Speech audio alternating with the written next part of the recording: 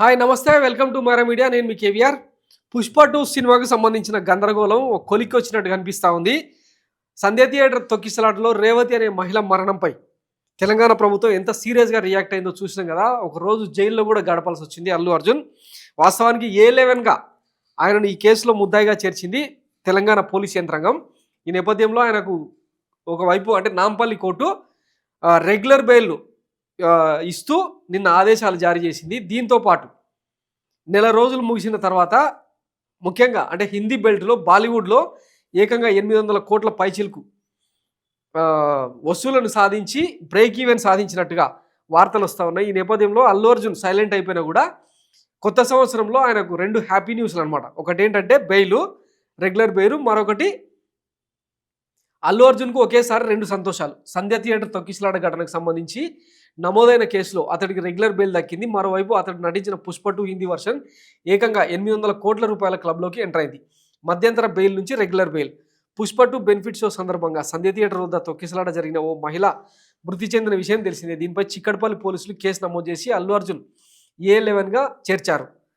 బన్నీని పోలీసులు అరెస్ట్ చేశారు కూడా. ఇదే టైంలో హైకోర్టుకు వెళ్ళి మధ్యంతర బెయిల్ తెచ్చుకున్నాడు అల్లు అర్జున్.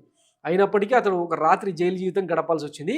ఇలా మధ్యంతర బెయిల్పై బయటకు వచ్చిన అల్లు అర్జున్కు నాంపల్లి కోర్టులో ఈరోజే రెగ్యులర్ బెయిల్ దొరికింది. బన్నీకి షరతులతో కూడిన బెయిల్ మంజూరు చేసింది కోర్టు. 50,000 రూపాయల విలువైన 2 పూచికత్తులపై బెయిల్ మంజూరు చేసిన కోర్టు సాధారణంగా రెగ్యులర్ బెయిల్పై విధించే షరతులన్నింటినీ అల్లు అర్జున్కు విధించింది. రెగ్యులర్ బెయిల్పై ఉన్న అల్లు అర్జున్ సాక్షుల్ని ప్రభావితం చేయకూడదు, కేసును ప్రభావితం చేసేలా బహిరంగంగా మాట్లాడకూడదు, పోలీసుల విచారణకు పూర్తిగా సహకరించాలి. ఈ షరతులతో అతనికి బెయిల్ వచ్చింది. దీంతో పాటు 800 కోట్ల ఆనందం. మరోవైపు 'పుష్ప 2' సినిమా బన్నీకి ఒక అరుదైన ఘనమైన రికార్డును కట్టబెట్టింది. ఈ సినిమా హిందీ వర్షన్ ఏకంగా 800 కోట్ల రూపాయల క్లబ్లో చేరింది. ప్రస్తుతం ఈ సినిమా నెట్ వసూళ్లు 798 కోట్లు.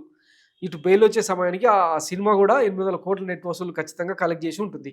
ఇండియాలో ఈ ఘనత సాధించిన హీరో మరొకరు లేరు. బన్నీ మాత్రమే ఈ క్లబ్ను క్రియేట్ చేశాడు. సరిగ్గా విడుదలైన నెల రోజులకు 'పుష్ప 2' ఈ ఘనత సాధించింది.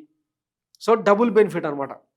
ఓ మహిళ చనిపోయింది, ఆమెను ఎట్లాగో తిరిగి తీసుకురాలేకపోయారు. కానీ ఆ కుటుంబానికి అయితే పెద్ద ఎత్తున సాయం చేశారు. పాపం ఆ అబ్బాయి శ్రీతేజ్ ఇంకా కోమాలోనే ఉన్నాడు.